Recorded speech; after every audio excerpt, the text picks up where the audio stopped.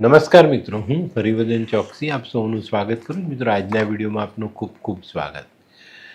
મિત્રો, અત્યારે આપણે વિચારીએ કે ભાઈ આપણે કેવી જિંદગી જીવી રહ્યા છે. કળિયુગની અસરમાં આ બધી વસ્તુઓ આવે છે અને ખરેખર કળિયુગમાં આપણે શું ભોગવશું અને કળિયુગ ક્યારથી શરૂ થયો. તો મિત્રો, દક્ષિણ ભારતમાં એક ગ્રંથ એક સંત લખેલો છે, ભવિષ્ય માલિકા. એમાં અંગેની બહુ બધી જાણકારીઓ આપી છે, પણ બધાની જાણકારી અલગ અલગ છે. તો આપણે એ જાણકારી પરથી ભવિષ્ય શું છે અને એ ગ્રંથમાં લખાયેલી વાતો અત્યારે દુનિયા પર કઈ રીતે અસર કરી રહી છે, એને આપણે ક્યાં જોઈ રહ્યા છીએ, એની જાણકારી આ વિડીયોમાં મેળવીએ. તો મિત્રો, કળિયુગ તો શરૂ થઈ ગયો. કળિયુગ ક્યારથી શરૂ થયો? તો બીજા બધા ગમે તે માનતા હોય, પણ મારું માનવું એવું છે કે ભાઈ કૃષ્ણ ભગવાને જ્યારે દેહ છોડ્યો ત્યારથી દુનિયામાં કળિયુગની શરૂઆત થઈ. કારણ કે જ્યારે સ્વયં નારાયણ જો દુનિયામાં હોય તો તારે કળિયુગની તાકાત નહોતી કે એ ત્યાં આવે. પણ એમના દેહ છોડ્યા પછી દુનિયામાં કળિયુગનો પ્રારંભ થયો એવું મારું માનવું છે. તો હવે આપણે જોઈએ કે ભાઈ આ કળિયુગને આપણે અત્યારે કયા લક્ષણોથી ઓળખી રહ્યા છીએ અને ક્યાં ક્યાં એનો અમલ થઈ રહ્યો છે. મિત્રો, આપણે આપણા જે જૂના શાસ્ત્રો છે એને વાંચીએ અને સમજીએ તો એમાં એવું લખ્યું છે કે 4,32,000 વર્ષનો સમય કળિયુગનો છે. અને જો આપણે તો 5,000 વર્ષ જીવ્યા તો હજુ તો કેટલો લાંબો સમય કળિયુગ ચાલશે. વેદવ્યાસજીએ આ બાબતે થોડો ઘણો ઉલ્લેખ કરેલો. તો એ અસર આપણે અત્યારે દુનિયા પર જોઈ રહ્યા છે. ભવિષ્ય માલિકામાં પણ આ અંગેની બહુ સરસ વાતો કહેવામાં આવી છે. એને પણ અલગ અલગ વક્તાઓએ અલગ અલગ રીતે યુટ્યુબ પર સમજાવીને વિડીયો મૂકેલા જ છે. કળિયુગના પ્રભાવથી ધર્મ નીચો આવ્યો, સ્વચ્છતા ઘટી, દયા, ક્ષમા, આ બધી વસ્તુઓમાં બહુ કમી આવી. લોકોની સ્મરણ શક્તિ ઘટવા માંડી. ધીરે ધીરે આ બધી વસ્તુઓ લોકો પર અસર કરવા માંડી. પહેલાંના જમાનામાં બહુ નાની નાની વાત હોય તો બી લોકો એકબીજાને મદદ કરી દેતા. કોઈ મોટી તકલીફ હોય તો સમાજ ભેગો થઈ જતો, મહોલ્લાના માણસો ભેગા થઈને એને મદદ કરતા હતા. હવે આ બધી વસ્તુઓ નથી રહી.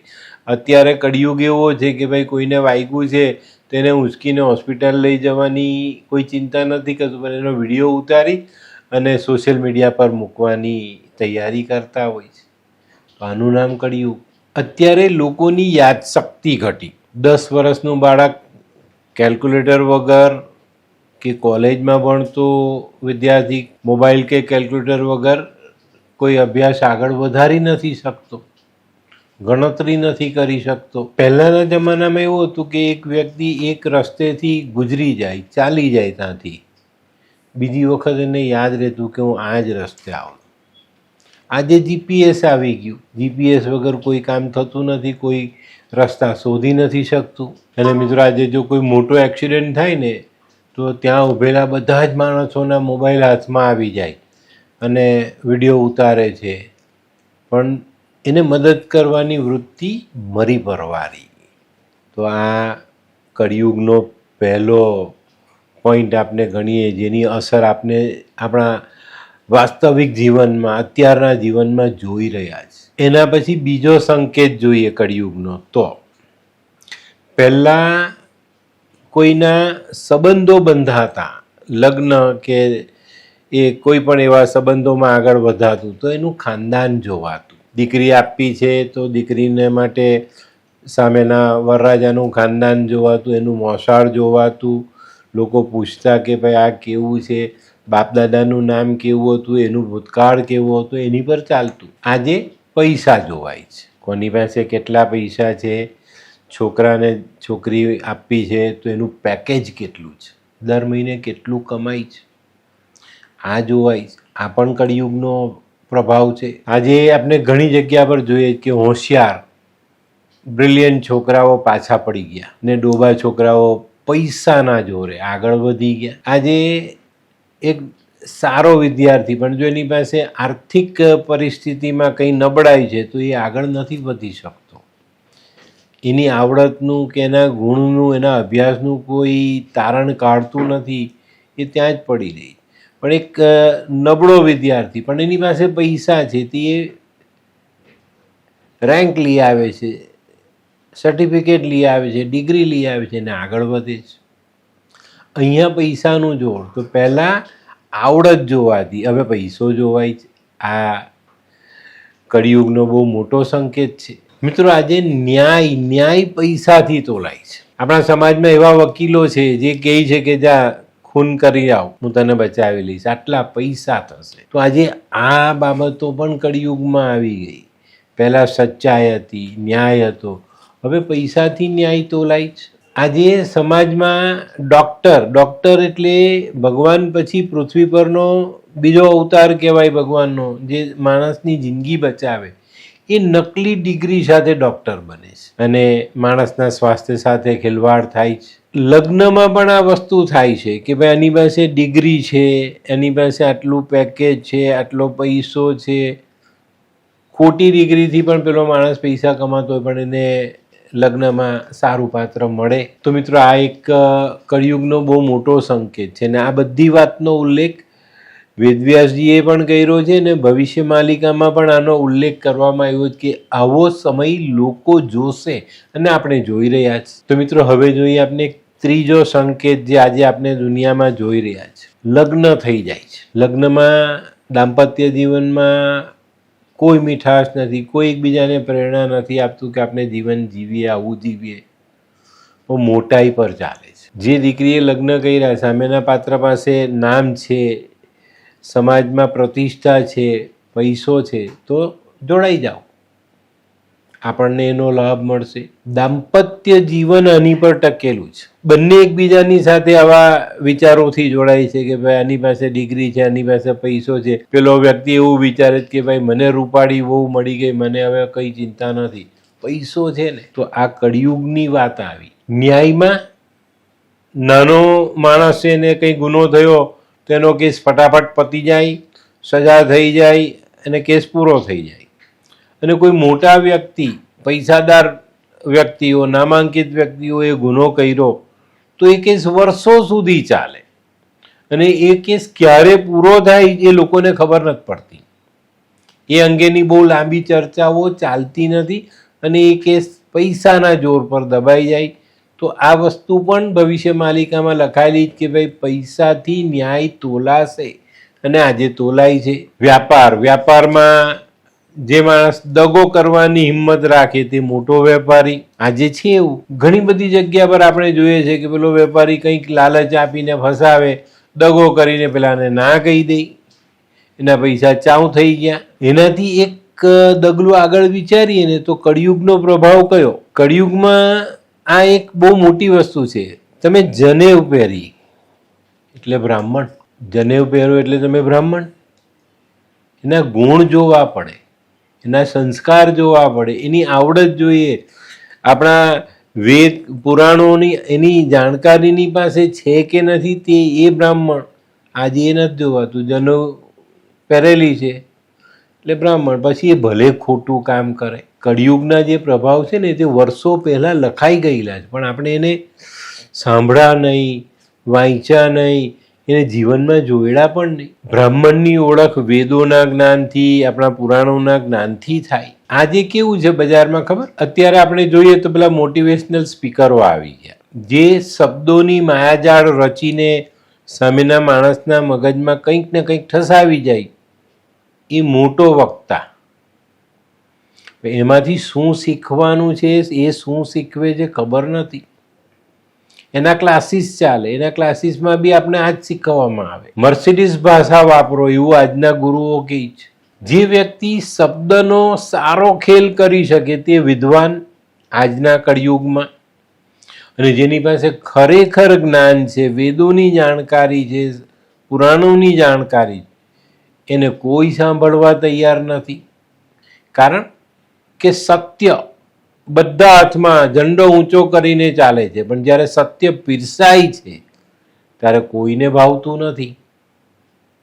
બહુ મોટી વાત છે આ કળિયુગની. આજના સોશિયલ મીડિયામાં એવા બહુ લોકો છે જે વાકચાતુર્યથી સામેના માણસને પ્રભાવિત કરીને આ બધી વસ્તુઓને લોકોના મનમાં ઠસાવે છે. અરે મિત્રો, આજે લગ્નની વાત કરીએ ને તો આપણે જો આપણા ઘરમાં દાદા દાદીને જોઈએ ને દાદાને પૂછ્યું હોય કે દાદા તમારા લગ્નને કેટલા વર્ષ થયા, તો દાદા આશરે ગણીને કહેશે ભાઈ 45-50 વર્ષ થઈ ગયા.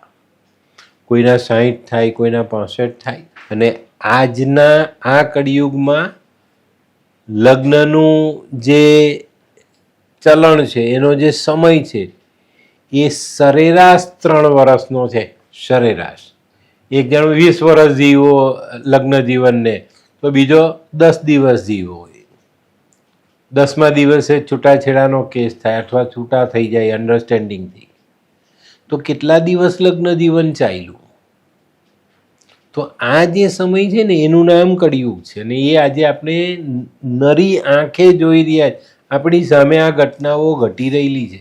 અને કળિયુગમાં આગળનો પોઈન્ટ સમજીએ તો અત્યારનો માણસ કોઈ કારણ વગર પીડા ભોગવતો હોય. દેવું એને નથી કરવાનું, તે કરે છે, એનાથી પીડા ભોગવે, ભરી નથી શકતો, મહેનત કરી નથી શકતો. આજે બરફ, હવા, પાણી, ગરમી, આ બધી વસ્તુઓથી પીડા ભોગવી રહ્યા છે. અને આ વસ્તુ ભવિષ્ય માલિકામાં લખાયેલી છે કે આ કુદરતની દેન જે છે ને એનાથી પણ લોકોને પીડા થશે. અત્યારે આપણે એને આજની વૈજ્ઞાનિક ભાષામાં ક્લાઇમેટ ચેન્જ આ શબ્દથી ઓળખીએ છીએ. ને અત્યારે એવું જ છે ને, દુબઈમાં રેલ આવે, જ્યાં ગરમીનો પ્રકોપ હોય ત્યાં અચાનક વાતાવરણ બદલાય અને ત્યાં રેલ આવે. હિમાલય પરનો બરફ પીગળીને નદીમાં આવે, એનાથી રેલ આવે. દક્ષિણ ભારતનો એવો એટલો બધો મોટો પ્રદેશ છે જ્યાં પાણીની પીડા છે, ત્યાં મીઠું પાણી નથી. આજના માણસની 40-50% કમાણી ટેક્સમાં વપરાય છે, અલગ અલગ ટેક્સમાં વપરાઈ જાય છે. અને મિત્રો, આ બધી વસ્તુ છે ને હજારો વર્ષ પહેલા લખાયેલી છે. કળિયુગમાં આવા નિયમો આવશે, આ રીતનું જીવન હશે, આ પીડા ભોગવશે. એની આગળનું પ્રકરણ જોઈએ કળિયુગનું, જે આપણે આજના સમાજના જોઈ રહ્યા છે, એ છે માનવીનું આયુષ્ય. વર્ષો પહેલા આયુષ્યની બાબતમાં એવું કહેવાતું હતું કે માણસ 80-90-100 વર્ષ તો સામાન્ય જીવન જીવી જાય. 4 પેઢી ઘરમાં જીવતી હોય, દાદા, તેનો દીકરો, તેનો દીકરો ને તેનો દીકરો. તો આ વાત આજે અલગ દિશામાં ચાલી ગઈ. 25 વર્ષના યુવાનને હાર્ટ એટેક આવી જાય. મને ખ્યાલ છે કે અમે નાના હતા ને તો કોઈકનો મેસેજ આવે, કોઈ કેણ આવે, કોઈનો કાગળ આવે, અથવા આપણા અડોશ પડોશમાં કોઈનું મૃત્યુ થાય તો એવી આમ હો હા થઈ જતી. અડધા કલાકમાં તો જેને આખો મહલ્લો ભેગો થઈ જતો કે ફલાણા ભાઈને હાર્ટ એટેક આવ્યો, હાર્ટ એટેક. અને આજે ત્રીજા ઘરે કોઈનું મૃત્યુ થાય, શું થયું ભાઈ? એટેક આવ્યો. બોલવાની ભાષા બદલાઈ ગઈ.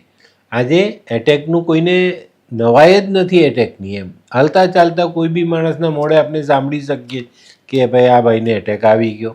એ જમાનામાં બહુ મોટી વાત હતી, કારણ કે ભાગ્યે કોઈને આવું થતું હોય, ભાગ્યે. આ પણ કળિયુગનો પ્રભાવ, ખોરાકનો પ્રભાવ, આપણી જે દિનચર્યા આપણે બદલી તેનો પ્રભાવ. આજે દુનિયાના દરેક માણસનું સરેરાશ આયુષ્ય 60 વર્ષ છે.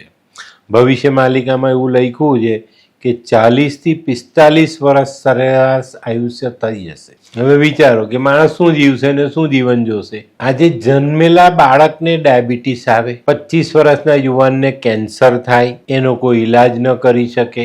માનવ ધીરે ધીરે નબળો થશે એવું એમાં લખેલું છે.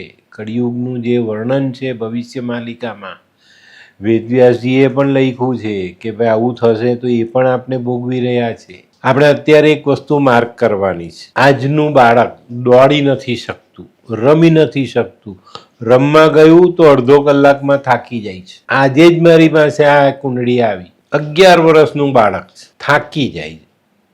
અડધો કલાક રમીને આવે એટલે થાકી જાય છે.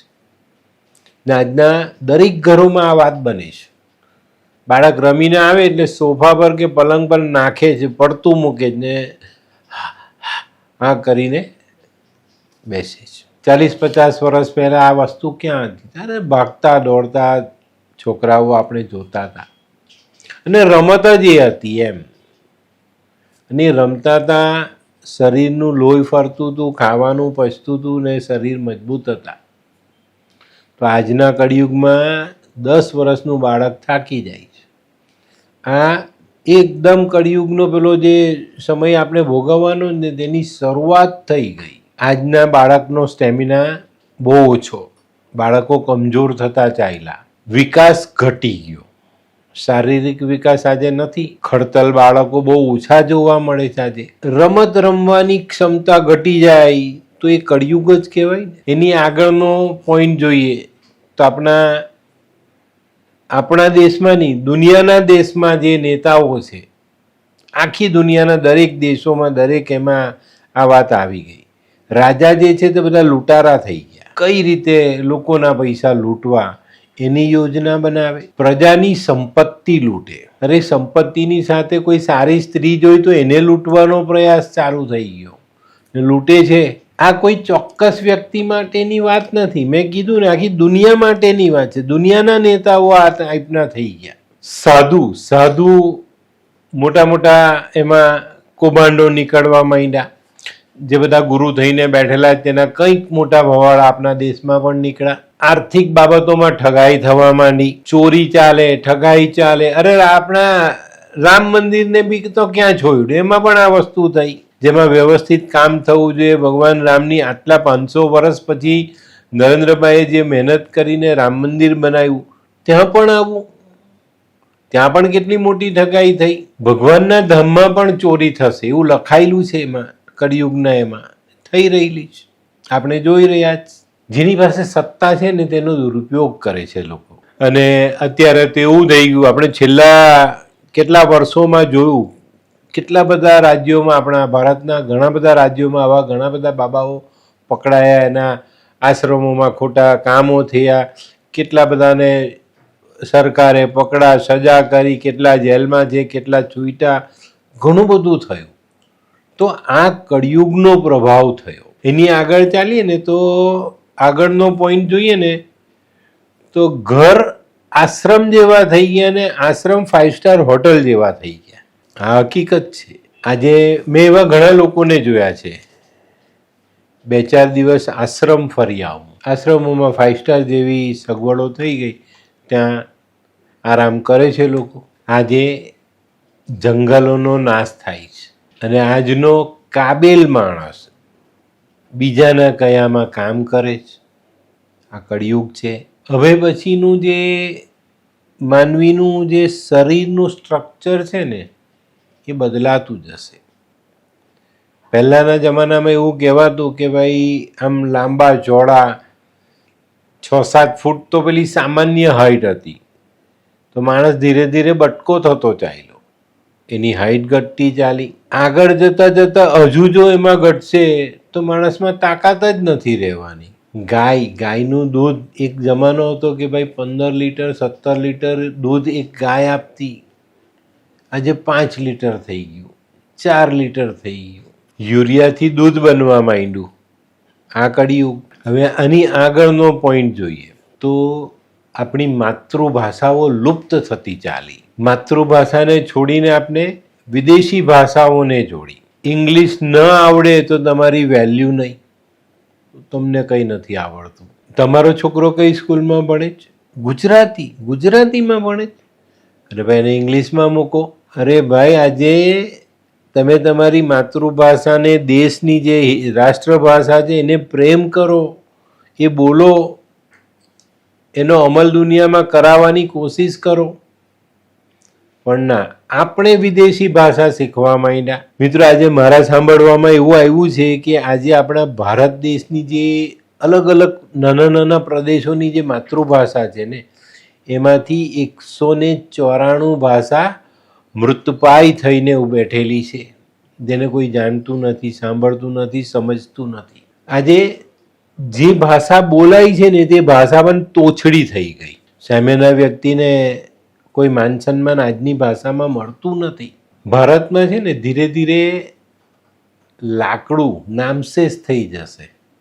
ઝાડ જ નહીં રહેશે તો લાકડું ક્યાં આવવાનું? આપણી ભારતની એક ગર્વ લેવા જેવી ભાષા સંસ્કૃત, એનો બી કંઈક એક જગ્યા પર મેં એક રેકોર્ડ વાંચ્યો તો કે ભારતમાં સારું સંસ્કૃત બોલી શકે, લખી શકે, સમજી શકે એવા ફક્ત 2 લાખ માણસો છે. 140-45 કરોડની વસ્તીમાં ફક્ત 2 માણસ સંસ્કૃત સમજી શકે, લખી શકે કે બોલી શકે. હવે આપણે ડૂબી મરવાનો સમય છે કે નહીં? તો કળિયુગના પ્રવાહમાં આપણે એટલા બધા તણાઈએ છીએ કે ભાઈ દુનિયા, સમાજ, આપણી સંસ્કૃતિ બધું નાશ પામી રહ્યું છે. મિત્રો, આ બધી બાબતો જો ચાલતી રહેશે અને કળિયુગ એનો પ્રભાવ પાથરતો રહેશે તો કળિયુગના અંતમાં અન્નની કમી થશે. કારણ કે આજે લોકો ખેતી કરવા તૈયાર નથી. કોઈ ખેતી કરવા તૈયાર નથી. પોતાની પાસે 25 વીઘા જમીન છે તો પેલો કે ભાઈ આને ખેડાનમાં આપી દે, અડધા ભાગે આપી દો.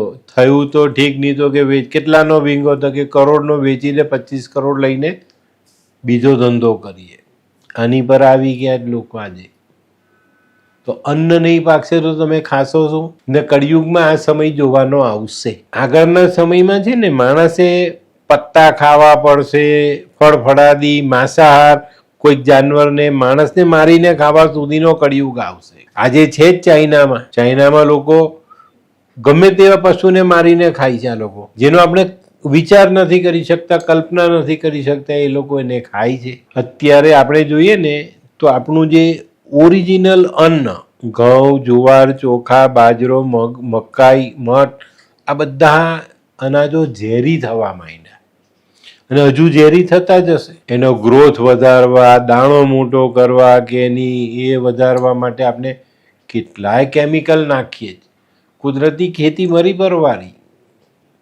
તો એ ઝેરી અનાજ આપણે ખાવું પડશે, માંસાહાર કરવો પડશે. તો મિત્રો, કળિયુગના આ જે એંધાણ આપણે જાણ્યા, અત્યારે આપણે જોઈ જ રહ્યા છે. આવી જ ગયો કળિયુગ. તો કળિયુગના 5000 વર્ષ આપણે જીવી લીધા. હવે આગળનો જે સમય છે તે આપણા માટે ઘણો નુકસાન કરતા સાબિત થતો જશે. ને ધીરે ધીરે મેં જે છેલ્લે કીધું કે ભાઈ માંસાહાર કે આ કરવાનો સમય આવશે તે આવશે. તો શું અત્યારે હવે ભગવાને પૃથ્વી પર જન્મ લેવાનો સમય આવી ગયો છે? અત્યારે જે વાત ચાલી રહેલી છે ભાઈ કે ભગવાન વિષ્ણુ કલ્કી અવતાર સાથે દુનિયામાં આવશે, તો હું તો કહું કે ભાઈ વહેલા આવો, જલ્દી આવો. કારણ કે જો કળિયુગનો સમય 4,32,000 વર્ષ હોય ને જો આપણે 5,000 વર્ષ જીવ્યા છે તો બાકીના વર્ષો કેવા હશે? પણ આપણા શાસ્ત્રોમાં એવું લખ્યું છે કે ભાઈ જ્યારે દુનિયામાં પાપ વધી જાય ત્યારે વિષ્ણુ અવતાર લે છે અને દુનિયાને પાછી સંતુલિત કરીને એનો પોતાનો અવતાર પૂર્ણ કરે છે. તો શું અત્યારે ખરેખર ભગવાન કલ્કીનો અવતાર થશે અને દુનિયાના આ કળિયુગના જે એંધાણ છે એમાંથી આપણે મુક્ત કરાવે? ચોક્કસ. તો મિત્રો, આ જે કળિયુગની ભાષા છે, કળિયુગની જે અસર છે, તેમાંથી બચવા માટે આપણે પણ આપણા જીવનને બદલવું પડે. આપણે પણ સાત્વિકતામાં જવું પડે. આપણે જે ખોટા કર્મ કરીએ તેનાથી દૂર રહેવું પડે. તો આ બહુ ચોક્કસ રીતે આપણે સમજવાની જરૂરિયાત છે. તો મિત્રો, આજનો વિડીયો ગમ્યો તો લાઈક કરો, શેર કરો, યુટ્યુબ જોનારા શેર કરે અને સબસ્ક્રાઈબ કરે. હું હરિવર્ધન ચોકસી આપ સૌની રજા લઉં. ફરી મળીએ નવા વિડીયોમાં નવી જાણકારી સાથે. તો ચાલો બદલીએ. નમસ્તે.